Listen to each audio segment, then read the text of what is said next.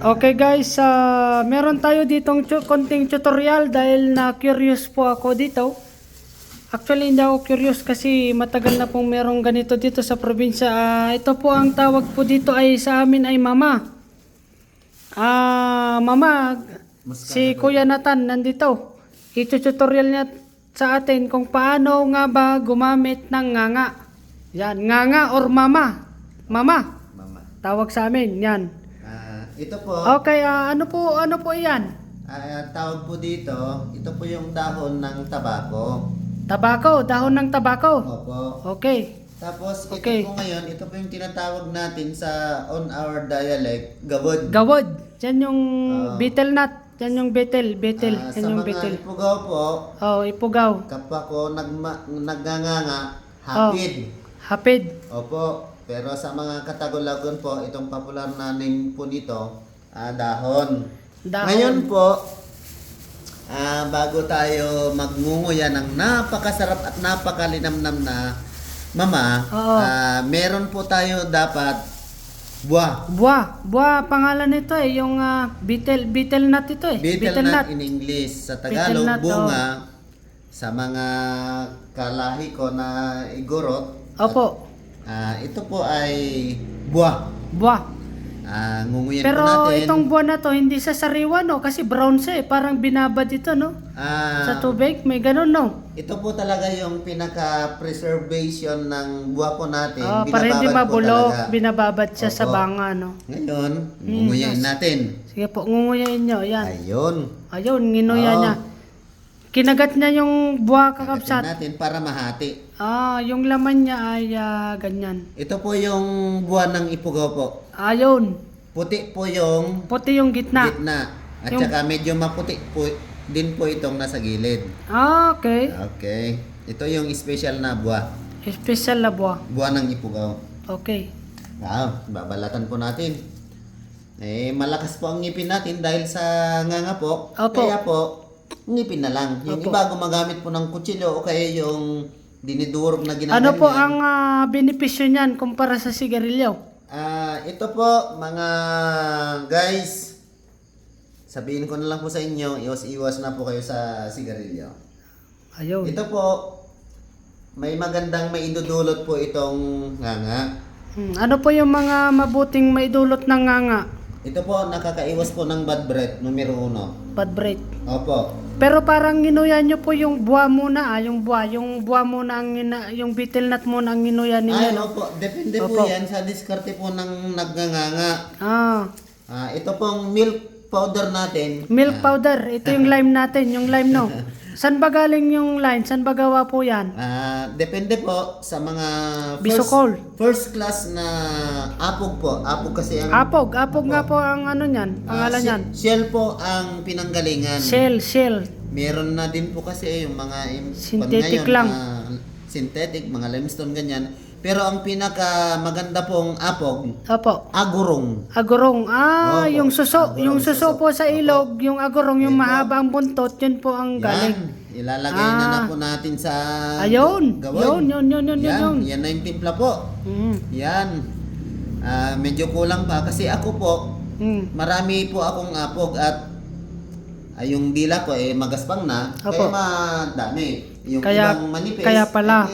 Kaya pala. kuntian nyo po, baka masunog po yung dila nyo. Kasi Nakakasunog pala yan ng dila. Opo. Okay. Ayan. Isusubo So na ganyan. po natin. Yan. Susubo mo na.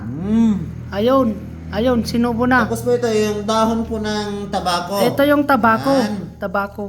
Naglalagay po kami ng ganyan upang malasahan mo talaga yung tamis ng mama. Pero may ano ba yan? May lasa ba yung dahon? Ito po yung dahon po kasi ng tabako. Wala pong gamot po ito na kagaya ng sigarilyo po. Ay, walang nicotine, walang nicotine. Natural lang na ano Sa yan. tabako po may nicotine po siya. May nicotine. Pero wala pong gamot, hindi kagaya ng sigarilyo. Okay, Yan, okay. kakainin na po natin. Ayan, kakainin. Ayun, sos Mariosep. Sarap. Ang sarap. Tamang-tama po to sa ganitong panahon po ng taglamig. Ano pong Nakakainit po ng ano katawan epekto niyan? Ayun, nakakainit ng katawan. Opo.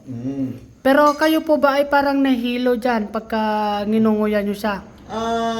Sa mga dati na pong nagnganga na kagaya ko, normal na lang po. Pero yung mga first time Baguhan, mahilo. nakakahilo po talaga. Ah, okay. Kaya bawas-bawas lang po ng apog at saka yung tabako po. Yan po ba ay, yan po ba pagka nanguya na ay nilulunok? Sa amin po, na nagnanganga, meron po yung iba na mataas na po yung kwan nila, yung Tolerance nila, tolerance tolerance. nila sa mama, Oo, immune na, parang ganon. nilulunok po. Pero ako Nilulunok? Asus. po, yung dagta. Pero Kasi ako po naalala ko po nung bata po ako, yung tatay ko po, yung pong buwa, nginunguya yung dagtat, dinudura sa tuta, nagiging ano siya, Purga pang po. purga. Opo, Oo, opo. purga sa uod. Oh, yun. po, So kayo ngayon, kahit tayo, kung meron tayong bulati sa tiyan, pwede yan. Ay, opo. Ah. Pwede. Maninibago din po yung bowel movement nyo sa umaga. Ang ganda po, ang ganda ng epekto niya. Ang ganda ng epekto. Opo. Ganun pala yun, okay. So, thank you very much po sa information na ganyan.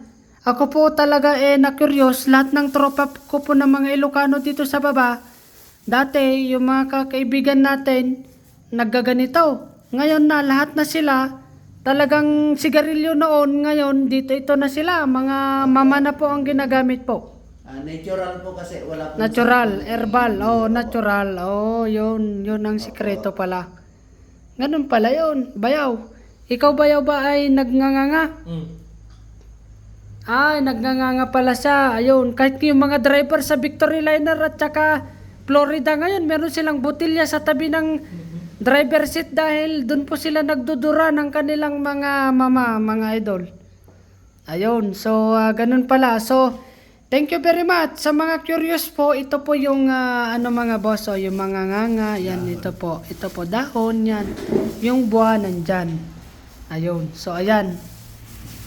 Ayun. Ayan po ba ay binibili nyo po? Saan nyo po binibili yan? May nabibili po ba? Ay, kung pagka matyaga ka lang po magtanim, Opo. pwede po magtanim para walang gastusin. Okay. So, pero yung pong yung bag ninyo, ayun, yung bag po ninyo, sa halip na tools yung laman niya, puro gawit at saka buwa po yung laman niya. Ay, pinaka-importante po yan. Mga guys, mas importante pa ito kaysa sa misis ko. Ayun, sus Mariosep. Kasi ito na po yung mission natin eh. Ay sus, baka hindi na po tayo makauwi niyan. Mama lang. Huwag na po manigarilyo. Okay, meron pa po akong isang katanungan. Kapag ka umaga po, early in the morning, ano pong hinahanap ninyo? Toothbrush o yung gawod at saka buwa? Ay, mama po. The best Mama. po yan. Ayun, Lalo mama. na po pag taglamig. Ayun, Kasi ayun. po, umiinit po yung katawan namin dito. Nawawala po yung lamig nyo. Ay, ganon. Opo. Ganon pala yan. So, addictive siya, no? Addictive siya. Hinahanap niyo siya from time to time. Opo. Mas inuuna ko po ito kaysa sa kape ko ng umaga. Ay, ganon. Kapag ka hindi ka makaganyan, sa isang araw, kaya mo bang hindi magnguyan yan kahit sa loob ng isang araw? Ay, hindi po. Oh. Talagang hinahanap ko po So, siya. parang partner mo na siya, no? Opo. Ganun pala yun. Okay. Ikaw Bayaw, anong hinahanap mo sa umaga? Yung mama o yung kape? Kape. Ay, kape naman si Bayaw. Pero magkatapos kong magkape, nahanap ko yung mama. Ay, ganun pala. Masarap din pala. Anak ko. Sorry. Okay. Mga guys, Okay. ito po yung Panghuling mga Okay. tanim ko na po to mga guys. Hindi na po ko gumagastos ng dahon. Tanim mo pala yan. Opo. At saka yung bunga po, may tanim na rin po ako. 5 years lang po. 5 years lang magano na siya. Opo. Ah. At saka yung apog po, Opo. Niluluto mo rin yan. pwede ka po Binibili mo na. pwede kang magluto ng sarili mo para Turugin mo na lang, no? Opo. Sunugin mo lang naman yung shell, di ba? Sunugin mo na lang. Opo. Nandito po kasi tayo sa kapatid natin. Opo. Sa bahay po. Pero kung halimbawa na May mga tanim na rin po akong tabako. Ay, yun. Opo. Di ba mahirap itanim padamihin niyang tabako? Madali lang po siya. Karamihan po yung tabako ko galing Isabela. Pero pag bumili ka po sa palengke niyan, mura lang naman po. Ay, mura lang po, Affordable, pero- affordable ba yan? Pero mas mainam po pagka sarili po nating tanim, Opo. gawa ng yung ibang dahon po ngayon, ini-sprayhan po ito. Ay, nispray na ba yan? Opo, Di ba parang tumutubo lang sa tabi yan? Sa Ay, hindi gilid? po. Yung iba po, ini-sprayhan yung mga pangbenta po. Ay, ganon? Para saan? Bakit kailangan Para hindi sprayan? po mauud yung dahon. Ay, ganon. Pagka binenta kasi, buo po yung dahon niya.